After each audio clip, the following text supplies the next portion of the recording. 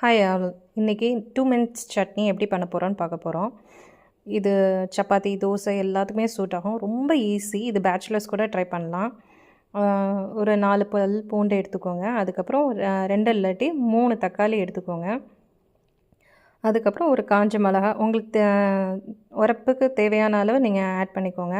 இது 3த்தையும் சேர்த்து நீங்கள் நல்லா மிக்சியில் அரைச்சி வச்சுக்கோங்க. இந்த சட்னியில் தண்ணி ஆட் பண்ணக்கூடாது. தண்ணி ஆட் பண்ணிங்கன்னா அது டேஸ்ட்டே வேறு மாதிரி ஆகிடும். ஸோ அதுக்கப்புறம் இந்த சட்னிக்கு நல்லெண்ணெய் தான் ரொம்ப சூட்டாக இருக்கும்.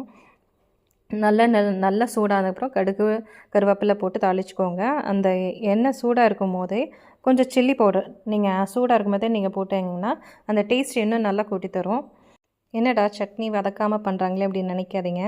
நிஜமாலே இதை ட்ரை பண்ணி பார்த்துட்டு எனக்கு கமெண்ட் பண்ணுங்கள். இந்த சட்னி ரொம்ப ஈஸியஸ்ட் மெத்தட் தான். இதில் டேஸ்ட்டும் ரொம்ப நல்லாயிருக்கும். இட்லி, தோசை, அப்புறம் சப்பாத்தி எல்லாத்துக்குமே சூட் ஆகும். ரொம்ப லேசியாக